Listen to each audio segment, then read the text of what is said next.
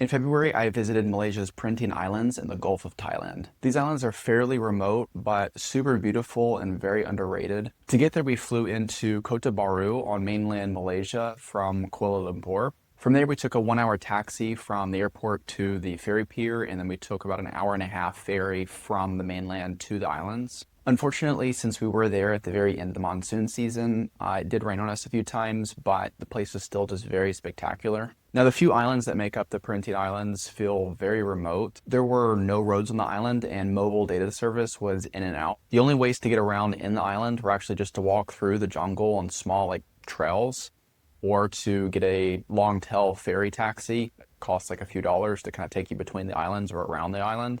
When you get to your hotel, you're pretty much only going to walk around that area because parts of the island aren't really fully connected to each other unless you take the ferry taxi. So everything that's in your section near the hotel is pretty much what you're limited to, at least from walking distance. It's really cool actually because the buildings and houses along the beach are only connected by walking on the beach.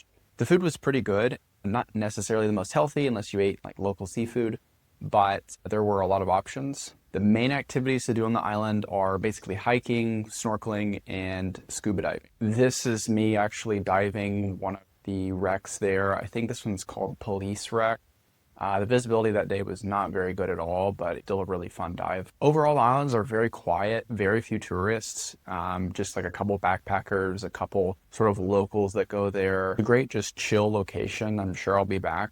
The main issue is that there were really nowhere to work from and the Wi-Fi was sort of in and out. Not saying that everywhere needs Wi-Fi, but that would sort of be my limiting factor for how long I could actually stay. If you like this video, give it a thumbs up. Also, 99% of you are unsubscribed, so please hit that subscribe button to follow me. I'm on my 9th year of digital nomading while I buy and build businesses that fund my lifestyle.